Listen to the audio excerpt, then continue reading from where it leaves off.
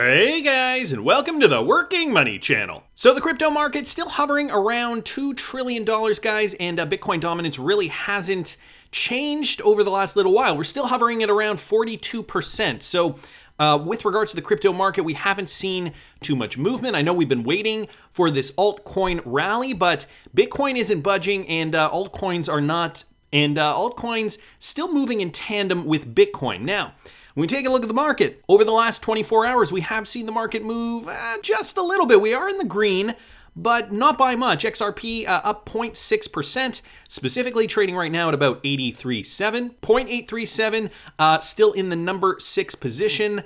However, I would consider XRP in the number 4 position because we have number 3 coin Tether and the number 5 coin USDC. Those are stable coins, so I like to discount those. So the only coins really above XRP, Bitcoin, Ethereum, and BNB, Binance Coin. And speaking of Bitcoin, bringing up the Bitcoin chart here, we are still seeing a positive move to the upside. Now, over the last few days, we have seen this move up, and it started off stronger. Now it's getting weaker and weaker, if you guys can see those candlesticks in and around there. Fact of the matter remains, though, if I throw a trend line on here, you guys can see this trend line really kind of speaks to where Bitcoin has been trending over the last year or so, just over a year.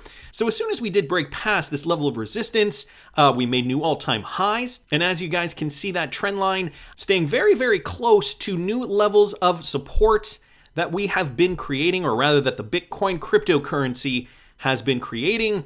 And, again, we're eyeing this all-time high. We still need to get up to the 0.382. And even when I zoom out on Bitcoin here and we take a look at the entire trend, starting at the top of the bull market, the last bull market, going down to the trough of the bear market, you guys can see right up here, I'm going to get rid of some of this stuff just to show you guys, we still have not actually technically reached the 4.236. So Bitcoin technically, to breach that top, we would have to get above $73,400. And we did reach about $69,000. Some were saying, 70,000. That was going to be the top in this bull run. However, technically, we made it past the 3.618. Now we're coming back up. We're going to see what happens when we hit the 2.618. So that would be at around 46,900. I think when we get it around there, that is really going to let us know where Bitcoin is going to head in the future. If we pass this level with conviction, that's going to be a very, very different scenario rather than if we just kind of meander in and up and around there. I think we have to pay attention to this level. This is critical. So just another perspective here with regards to Bitcoin. With regards to the SEC lawsuit, DJ Peter Vass posted this article from Finance Feeds, and this just kind of going over some highlights from the most recent Jeremy Hogan video. I do suggest you guys take a look at that. If you guys remember in a previous video, he said there must be something really bad for the SEC, something that really just destroys the SEC's case. It must be really bad to justify the legal gymnastics the SEC has been playing on this issue. And now, fast forward to yesterday's video, spot on the money, he now says about his suspicion, which may turn out to be that the SEC has previously analyzed XRP and concluded it was not a security. So I touched on that, I believe was either last week or the week before. In the plaintiff's last attempt to keep its internal documents away from the lawsuit, the SEC took a part of the judge's ruling. In order for the individual defendants to be found guilty, they must have knowledge of wrongdoing, and applied it to argue the internal documents related to Hinman's speech are not relevant. In light of Judge Torres's order, it is clear that the SEC's internal documents reflecting its staff's thinking about XRP, Bitcoin, and Ether, or any other digital assets, have no relevance, the SEC stated in a motion. Ripple, in its turn, made quite the reveal that Hinman potentially analyzed XRP and concluded it was not a security. And so Jeremy Hogan admitted that possibly the SEC could be bluffing. As to the progress within the Ripple versus SEC case, the defendants want to move forward quickly with summary judgment on the main issues in the case, but the SEC are clearly trying to buy time. Remember, all the fireworks and frustration are not stemming from the legal issues in the case. The conflict is that Ripple is trying to move the case forward quickly, and the SEC, for whatever reason, is trying to delay. If Ripple can get those issues into summary judgment and win on either one of those issues, the case against Larson and Garlinghouse go away. So Ripple is saying that since discovery involving those two issues is concluded, we can move forward with the Ripple case on one track and in the meantime continue the discovery and other issues related to the individual defendants on another track. So this seems to be what the SEC is angling for now. Jeremy Hogan says all delay tactics, likely because they know that they do not have the proof that they need. Anyway, I do suggest you watch Jeremy Hogan's video if you guys did not catch that, but I also wanted to thank DJ Peter Vass just for posting that overall summary. Also wanted to mention this, guys, with regards to the Algorand token, this coming from Michael at Val5 Links. Algorand records sensational feat in several aspects. So more developments, guys, here on the Algorand blockchain. Popular cryptocurrency project Algorand has been recording significant milestones in its recent performance. Algorand has transformed from an insignificant network into one capable of rivaling popular blockchains like Ethereum, Solana, and Cardano. Recent stats have shown that Algorand is right on track to usurp these popular networks, as the team behind the project has been consistent in releasing important upgrades that have been instrumental in enhancing its performance. According to data on Algorand's mainnet development portal, the network has completed a whopping 11.44 million transactions in the last 7 days, representing an average of 1.63 million transactions daily. So those are the latest numbers for the Algorand blockchain. They've been able to achieve this because of their ability to complete at least 19 transactions per second, which places the network as one of the fastest in the cryptocurrency industry. So boom, for those Algorand hodlers, I am assuming you're quite happy about that news. And just to bring up the Algorand chart quickly here, Algorand still, at a steal of a deal, I'd say, trading right now at about 91.5 cents. We did see that move down, similar to what we saw with other cryptocurrencies, other altcoins in the space, but it is forming resistance. Whoops. That's the trend line. Let me just throw up quickly a horizontal line here. Found resistance at around 67 cents and now moving up, similar to what we're seeing with the rest of the crypto market. Anyway, positive news here with regards to Algorand development, but we're still not seeing that meaningful utility. But these are all developments, right? These are all news updates that are moving things in the right direction. The other thing I thought I'd mention was this, guys, from Prime Video, from Amazon Prime Video's official Twitter account. The thing about crypto is, and then posting a screen grab from the Wayne's World movie. I found this kind of odd. I thought I'd share it because it's Sunday, and I kind of like to share fun things on the weekend if I can find them. And this was just posted yesterday afternoon. However, they aren't getting too many engagements, only 297 likes. So I wonder why they posted this. I mean, it could be because we are starting to see more cryptocurrency adoption, and maybe this is Prime Video's attempt to, put it out there in the mainstream. Hey, look, we know about crypto, but clearly they're catering to the millennial generation, those who obviously know what Wayne's World is. And so just along those lines, I wanted to touch on this again. I mentioned this yesterday with regards to Coinbase and their Canadian customers. Well, I also thought I'd bring this up from BondCrypt XRP. It isn't just Canada, guys, who is now being regulated to the point where Coinbase has to proceed with extra Know Your Client protocols to be able to send cryptocurrency to Canadian clients. This is also extending to other countries where their citizens are using Coinbase too. So certain users have to provide additional information when sending cryptocurrencies, said exchange giant Coinbase. In a bid to comply with local regulations, customers in Canada, Japan, and Singapore now sending digital assets to another financial institution or exchange will be required to disclose specific information such as their names and addresses. So I talked about this a little bit yesterday with regards to Canada and Canadian clients of Coinbase, but this is extending to more countries. So now we're getting a bigger picture, right? Japan, Singapore as well. That was the statement in an official blog post. If you're located in Canada, Singapore, or Japan, you are sending digital assets outside Coinbase, you may need to provide additional information about the type of wallet you're sending assets to and information about the recipient depending on the country. So we are seeing this, guys, fast and furiously. Yesterday, as I mentioned, we talked about Canada and that $1,000 limit. Well, now we're seeing this extend to more countries, and I'm not surprised considering these are the types of tweet threads that I'm seeing now. Not going to go over this tweet thread in its entirety, but I do suggest you guys take a read if you guys are interested, especially if you live in Europe. I hate to ring the alarm bell again, but the EU Parliament leaves us no choice. This time it concerns a crackdown on unhosted wallets in an upcoming crypto AML regulation. The Econ Committee vote is on Thursday, and the draft includes some absolute red flags. So some background, the EU Commission's AML package includes a revision of the transfer of funds regulation that will extend the obligation of financial institutions to accompany transfers to funds with information on the payer and payee to crypto assets. Initial proposal from the EU Commission, and then he gives a link there. And another one here, initial draft report from the EU Parliament with another link. It is the EU implementation of the so-called FATF travel rule that basically says that crypto service providers, exchanges, custodians, etc., have to share personal information, so names, addresses, etc., of their clients for transactions between one another. And then he links a document to that point. I could go over this, but I will link it in the description because he does go into detail, and I think we get the gist of that, considering we are seeing this with Coinbase, Canada, Japan, Singapore, and now the EU wants to bring in regulations for European Union countries. And it doesn't end there, guys. BondCrypt XRP also brought this to our attention. Britain reveals crypto regulation plans are coming in the next few weeks. So this is extending globally, and it's spreading fast and furiously. I think the time has almost come where the world realizes, okay, crypto regulatory clarity, we've got to do this now before we usher in this new financial system so that we can keep tabs on people transferring funds via cryptocurrency. So it's kind of an interesting time, kind of a scary time, I suppose, but also kind of an exciting time. Because the cryptocurrencies, I mean, they're trying to make sure that people pay their taxes and that there is no shady business going on behind the scenes with regards to people trying to get away from that. I mean, it's tough for us. I've always planned on paying my taxes anyway, so in that regard, I'm not too concerned. But the question remains, I mean, if... okay, I guess I'll pose it there. Okay. Here's what I'm going to say about this. In the wake of a new financial system and perhaps a world where you will own nothing eventually and you will be happy, how is this going to look? What's their next move going to be in order for that great wealth transfer to occur?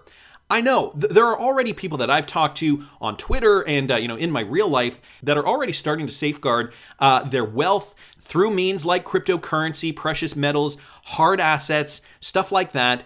And so the question remains, I mean, if our governments are going to try to take money from us in sneaky ways like inflation, for example, right, that hidden tax, how is this going to look? And, especially specifically to the cryptocurrency landscape, how is that going to look in the future? Again, guys, I said it yesterday. I'm going to say it again today. I have a Ledger Nano. It is a self-custody solution. I have my own personal keys. Nobody can get my crypto from my Ledger. And so I do have an affiliate link in the description of the video. You can use it if you want. You don't have to use it if you do not want to. And again, there are many different solutions for this. But what I do suggest, keep your cryptocurrency safe, guys, because this is what's happening now at the exchange level. We are seeing this through Coinbase. And, yesterday I thought it was just Canada. But now it's come to my attention. It's Japan, Singapore. Clearly, the EU is looking to do something similar, and Britain is revealing new crypto regs as well. And to that point, Kristen Smith here posted a tweet thread that I wanted to go through. If you've been paying attention over the past few weeks, there's a lot of evidence of a bipartisan vibe shift on crypto. So this is bringing it back to the United States. Contrary to the media narrative that pushes a polarized split on the issues, here's what I have seen. Last night, Political and Grayscale hosted Regulating the Digital Gold Rush with Senator Cynthia Lummis and Senator Gillibrand. Lots of folks know Lummis's bona fides on crypto. Adding Gillibrand to the mix with the goal of creating a pro-innovation regulatory framework is a big deal. The New York House delegation is involved too. If you haven't read Richie's op-ed making the liberal case for crypto, please do.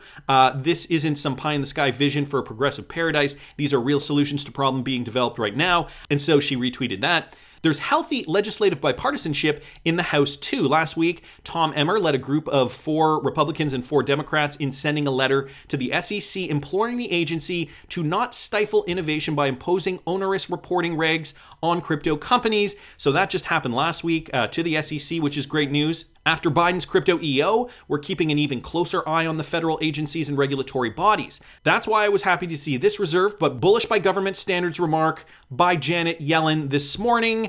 And so here's what Janet Yellen had to say. I couldn't get through an interview without asking about crypto, but in particular, Russia just said that they would accept Bitcoin as a payment for their energy resources. What does that say to you about where we are in the crypto conversation? Well, crypto is obviously grown by leaps and bounds, and it's now playing a significant role, not really so much in transactions, right, but in investment decisions of lots of Americans.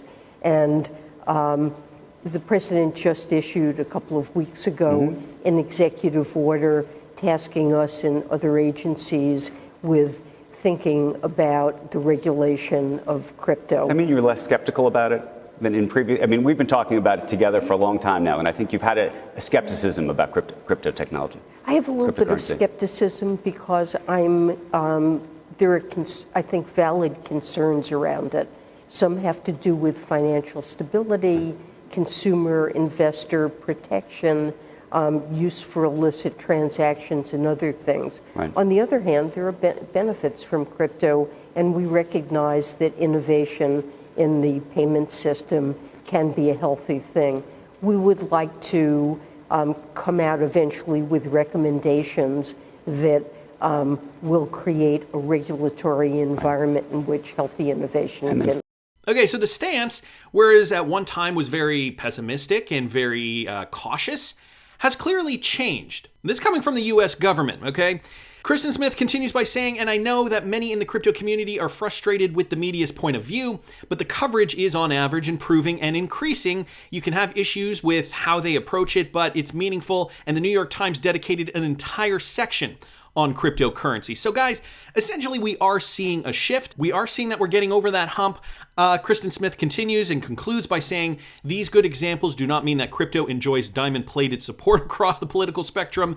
It does mean that those who want to learn and gauge support are finding the lanes to do so. Progressive, libertarian, moderate, conservative, liberal, everyone is welcome. Okay, so there's that. But then, of course, there's the big elephant in the room, brought to us by one of the best, I think one of the top XRP crypto sleuths there on Twitter, Tag XRP, posting this with regards to Warren Davidson's tweet the other day. And if you guys didn't see the video I did on that, I'll link it up here in the top right-hand corner. Here's Warren Davidson pictured with a bunch of other guys associated with Consensus and the Ethereum Foundation. Now, if you guys didn't see that video, I do suggest you watch that because this is almost like a continuation. Tag has been continuing with the relentless research. I've quickly broken down the picture from yesterday so we can understand what we are up against. And so here are the people involved. Warren Davidson, of course, Congressman, Ohio 8th Financial Services Committee Blockchain Caucus. Darren Soto is there, Congressman, Florida 9th Blockchain Caucus. We've got Patrick Baraducci, Sullivan and Cromwell, Consensus Ethereum. Ryan Selkis from Messeri and Ethereum. Steven Nureyev, Ethereum, Casper Labs, and Maple Ventures.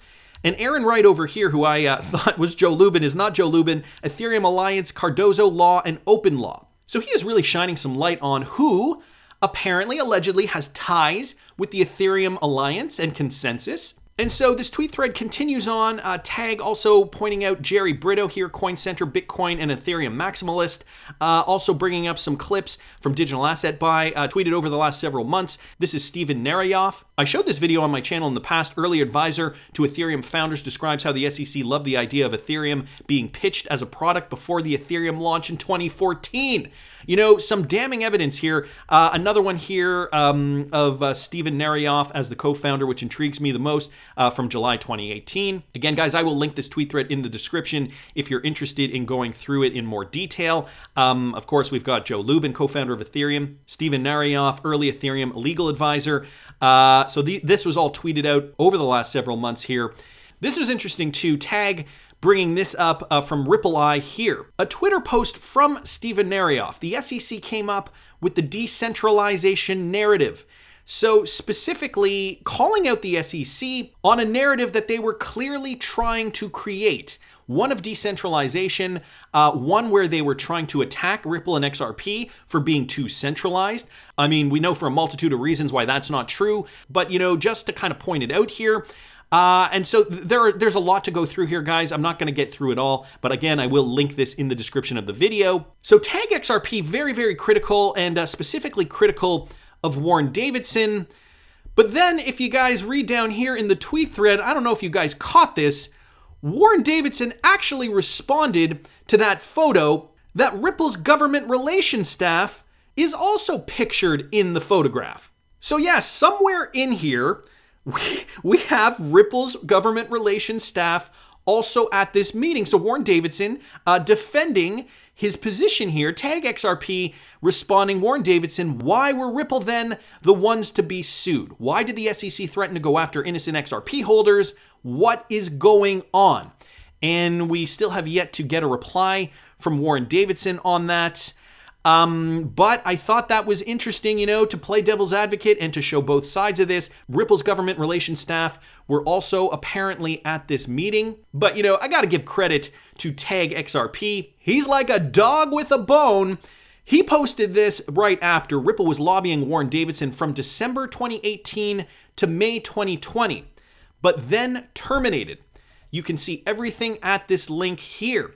So digging up some more information here, issues related to policy formulation for digital asset and blockchain technology, the Token Taxonomy Act, which is central to this, the Managed Stablecoins and Securities Act, issues related to policy formulation for digital assets and blockchain technology, and again, Token Taxonomy Act, the Managed Stablecoins and Securities Act, the duration, December 15th, 2018 to May 26th, 2020, and then we haven't heard anything since. So why did Ripple stop after May of 2020? Did they know they were going to be sued? And could this be the reason why we didn't really hear anything about this since then?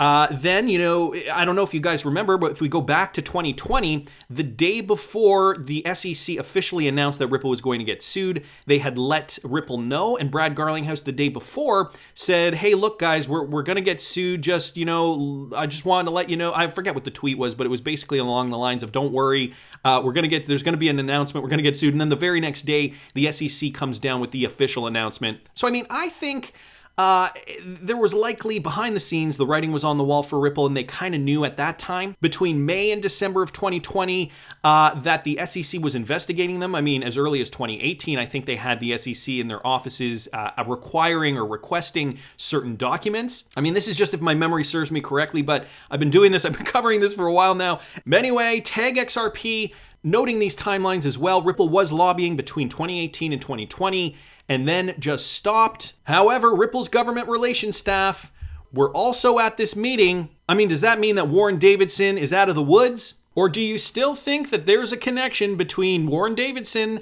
Ethereum, and Consensus? Tell me down in the comments what you guys think, and please subscribe to the channel if you haven't already. Like the video if you like the content I'm providing. I always love hearing your comments. See you in the next one, guys.